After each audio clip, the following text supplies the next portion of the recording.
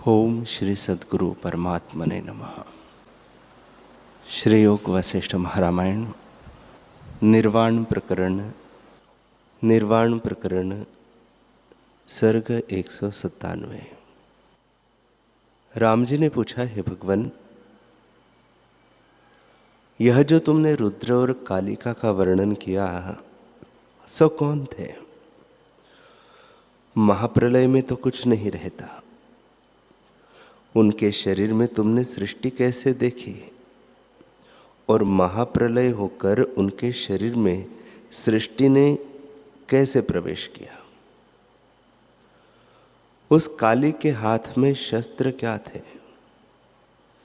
कहां से आई थी और कहां गई? उसका आकार क्या था? वशिष्ठ जी बोले, हे रामचंद्र जी, न कोई रुद्र है न काली है, न कोई पुरुष है न कोई स्त्री है, न कोई नपुंसक है न पुरुष। मिलकर कुछ नहीं हुआ है। न ब्रह्मांड है और न पिंड है, केवल चिदाकाश है। और संकल्प से उपजने से सब आकार भासित होते हैं।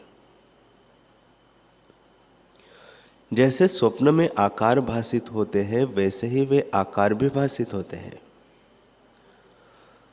वास्तव में केवल चिदाकाश ज्यों का त्यों है। हे रामचंद्र जी, आत्मपद अनंत चैतन्य सत्य प्रकाश रूप अविनाशी और अपने आप में स्थित है। रुद्रदेव का आकार जो दिखता था सो वह चैतन्य आत्मा ही ऐसे होकर भासित हुआ था, कोई और आकार न था। जैसे सुवर्ण ही भूषण होकर दिखता है, वैसे ही परमदेव चिदाकाश ऐसे होकर भासित हुआ था, क्योंकि वह चैतन्य स्वरूप है। जैसे मधुरता पौंडे का स्वरूप है, वैसे ही आत्मा का स्वरूप चैतन्य है। हे रामचंद्र जी, चैतन्य सत्ता अपने स्वरूप को नहीं त्यागती, आकार होकर भासित होती है और सदा अपने आप में स्थित है। जैसे पौंडे के रस में मधुरता न हो तो उसको कोई रख नहीं सकता, वैसे ही आत्मसत्ता में चेतनता न हो तो उसे चैतन्य कोई न कहे। जो आत्मा चेतनता को त्यागे तो परिणामी हो और चैतन्य न कहावे, परंतु वह तो सदा आप अपने स्वभाव में स्थित है और किसी और अवस्था को नहीं प्राप्त हुआ। इसी से कहा है कि जो कुछ भासित होता है वह आत्मा का किंचन है। हे रामचंद्र जी, जैसे पौंडे के रस में मधुरता होती है, वैसे ही आत्मा में चेतनता है। चैतन्य मात्र में चेतनता लक्षण चेतनता रूप रहता है। इससे यह जगत भाव रूप है और शुद्ध चिन्मात्र में चित्त का उत्थान न होता तो जगत भाव न लखाता। आत्मसत्ता दोनों अवस्थाओं में सदा ज्यों की त्यों है। जैसे वायु जब स्पंदित होता है तब उसका स्पर्श रूप लक्षण भासित होता है, और जब निस्पंद होता है तब उसमें कोई शब्द नहीं प्रवेश कर सकता। पर वायु दोनों अवस्थाओं में तुल्य है। वैसे ही शुद्ध चैतन्य में किसी शब्द का प्रवेश नहीं, पर चैतन्य भाव में है। और आत्मसत्ता सदा एक रस है। इससे वास्तव में यह जगत ही नहीं है। हे रामचंद्र जी, आदि मध्य अंत, जगत, आकाश, कल्प, महाकल्प, उत्पत्ति, स्थिति, प्रलय, जन्म, मरण, सत, असत, आकाश, अंधकार, पंडित, मूर्ख, ज्ञानी, नाम रूप, कर्म रूप, अवलोक, मनस्कार, विद्या, अविद्या, दुख, सुख, बंधन, मोक्ष, जड़, चेतन, पृथ्वी, जल, अग्नि, वायु, आकाश, आना जाना, जगत, अजगत कुछ नहीं है। बढ़ना, घटना, मैं, तुम, भेद, शास्त्र, पुराण, मंत्र, आकार, उकार, मकार, जय, नाम आदि स्थावर जंगम सब जगत ब्रह्म स्वरूप है, दूसरी वस्तु कुछ नहीं। जैसे समुद्र में तरंग, बुलबुले और आवर्त सब जल रूप है, वैसे ही सब ब्रह्म स्वरूप है। ब्रह्म से भिन्न जगत कुछ वस्तु नहीं है। जैसे स्वप्न में जो पर्वत दिखते हैं वे अनुभव से भिन्न नहीं होते, वैसे ही यह जगत ब्रह्म से भिन्न नहीं। जैसे सूर्य की किरणों में जल जान पड़ता है, वैसे ही आत्मसत्ता जगत रूप होकर भासित होती है। हे रामचंद्र जी, ब्रह्मा, विष्णु, रुद्र, इंद्र, वरुण, कुबेर, यम, चंद्रमा, सूर्य, अग्नि, जल, पृथ्वी, वायु, आकाश आदि जितने शब्द हैं वे सब ब्रह्म सत्ता से ही होकर स्थित हुए हैं। परंतु सत्ता अपने आप में ज्यों की त्यों है, कभी परिणाम को नहीं प्राप्त हुई और वही सत्ता सबकी आत्मा है।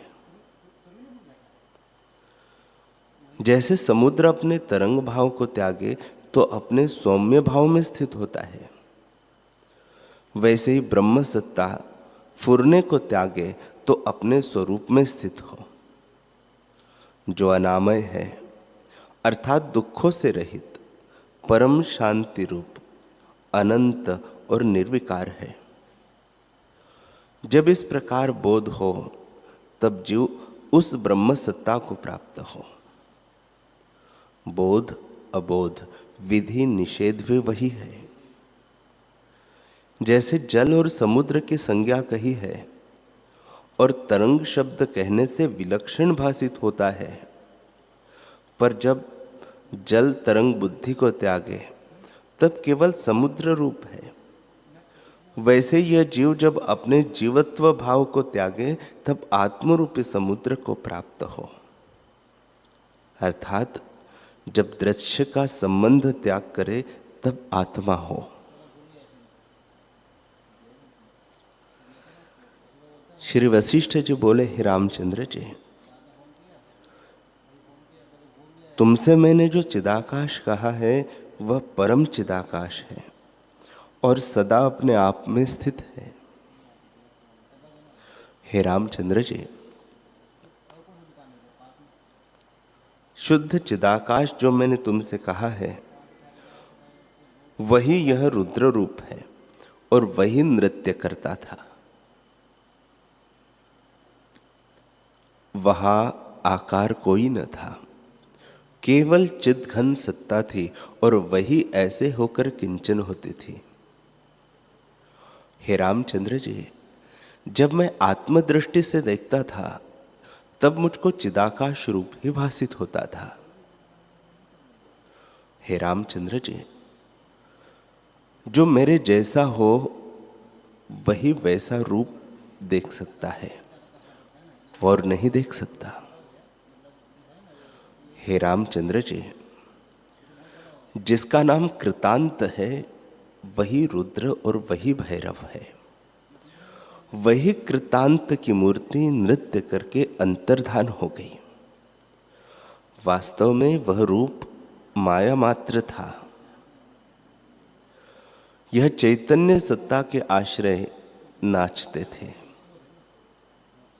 हे रामचंद्र जी, जैसे सोने में भूषण है परंतु वे सोने के बिना नहीं होते, वैसे ही चैतन्यता किंचन से जगत भासित होता है और फिर वही प्रमाद से आधिभौतिक हो जाता है।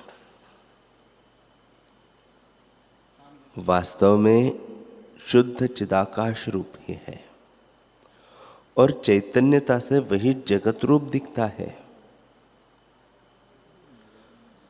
राम जी ने पूछा, हे भगवान,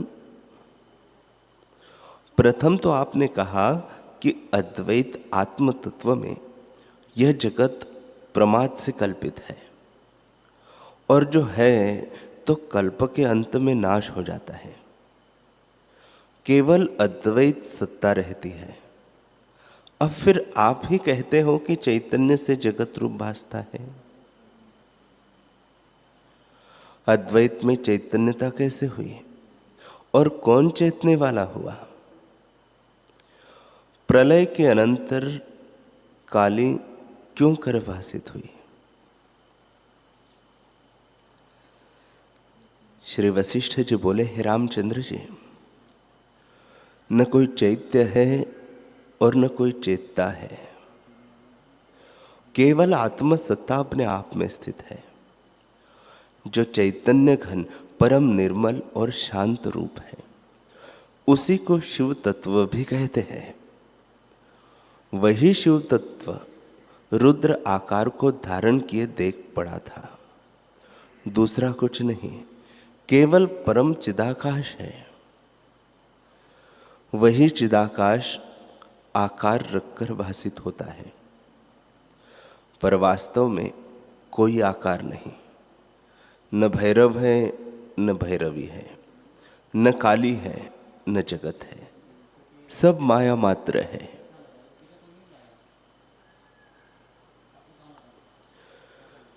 जैसे स्वप्न में आत्मसत्ता चैतन्य के कारण जगत रूप दिखती है, पर स्वरूप से कुछ चैतन्यता है, न ही जगत है। आत्मसत्ता ही अपने आप में स्थित है। वैसे ही उस जगत को भी तुम जानो। कुछ और नहीं हुआ, अद्वैत सत्ता ही है। इसे चैत्य और चेतने वाला सब भ्रम से भासते हैं। आत्मा में ये नहीं उपजे, केवल स्वच्छ चिदाकाश है। मुझको तो सदा वही भासता है, पर अज्ञानी को नाना प्रकार का जगत भासता है।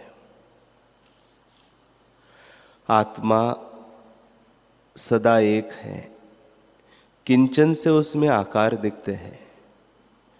भैरव और काली सब निराकार है, भ्रांति से आकार प्रतीत होते हैं। जैसे मनोराज्य में युद्ध भासते हैं और जैसे कथा में अर्थ भासते हैं, वे अनहोते ही संकल्प विलास से है, वैसे ही चिदात्मा में यह जगत भासित होता है। जैसे आकाश में तरुवर दिखते हैं, वैसे ही ये आकार दिखते हैं। हे रामचंद्र जी, ये जो जगत प्रलय और महाप्रलय आदि शब्द हैं, उनका नाश करने के लिए मैं तुमको कहता हूं। आत्मा एक अद्वैत चैतन्य है। उस चैतन्यता का अभाव कभी नहीं होता।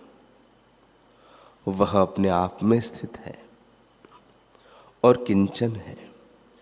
जैसे सूर्य की किरणें किंचन रूप होती है और उनमें जल भासता है, वैसे ही चित्त का किंचन जगत भासता है। वही महाप्रलय में रुद्र और भैरवी होकर भासता है। वास्तव में न कुछ रुद्र है और न काली है, सब आत्मा ही है। हे रामचंद्र जी, जो कुछ कहना सुनना होता है सो वाच्य तथा वाचक से होता है। आत्मा में कहना और सुनना कुछ नहीं। वही चिदाकाश रुद्र संकल्प से नृत्य करता था।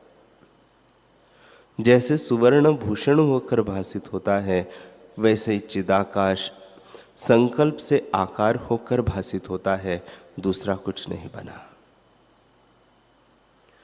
मैं, तुम और जगत, चैत्य और अचैत्य सब वही रूप है, उसमें कोई शब्द नहीं फुरा। जैसे स्वप्न में नाना प्रकार के शब्द भासित होते हैं, सो कुछ वास्तव नहीं, पत्थर के नाई मौन है। वैसे ही जागृत जगत में भी जितना शब्द होता है सो सब स्वप्न है, कुछ हुआ नहीं। केवल आत्म सत्ता ही अपने आप में स्थित है। जैसे आकाश अपनी शून्यता में स्थित है, वैसे ही आत्मसत्ता अपने आप भाव में स्थित है। जहां न एक है न द्वैत है, न सत्य है न असत्य है, न चित्त है न चैत्य है, न मौन है न अमौन है, और न कोई चेतने वाला है। चेत के अभाव सा केवल अचेत चिन्मात्र आत्मसत्ता निर्विकल्प रूप स्थित है। हे रामचंद्र जी, सबसे बड़ा शास्त्र का सिद्धांत यही है। इस दृष्टि से तुम मौन में स्थित हो। हे राघव, सब सिद्धांतों की समता है निर्विकल्प होना। जैसे पत्थर की शिला मौन होती है, वैसे ही चैत्य से रहित रहकर ही जो कुछ प्रत्यक्ष आचार प्राप्त हो उसमें वृत्त होना और सदा आत्मनिश्चय रखना, इसी का नाम परम मौन है। सब क्रिया होती रहे पर अपने से कुछ न देखना। जैसे नट स्वांग भरता है और उसके अनुसार विचरता है, परंतु निश्चय उसका आदि शरीर में ही होता है, उससे वह चलायमान नहीं होता। वैसे ही जो कुछ अनिश्चित प्राप्त हो उसको यथाशास्त्र करे, परंतु अपने निर्गुण निष्क्रिय स्वरूप से चलायमान न हो, उसी अद्वैत स्वरूप में स्थित रहे।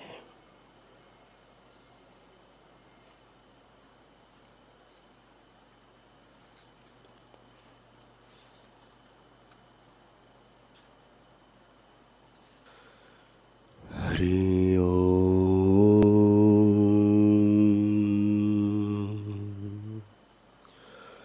हरि ओम,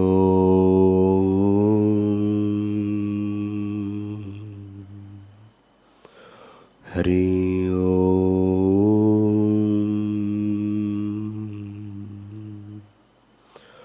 ओम सहना भवतु सहनौ भुनक्तु सह वीर्यं करवावहै तेजस्विनावधीतमस्तु मा विद्विषावहै। ओम शांति शांति शांति। श्री सद्गुरुदेव भगवान की जय।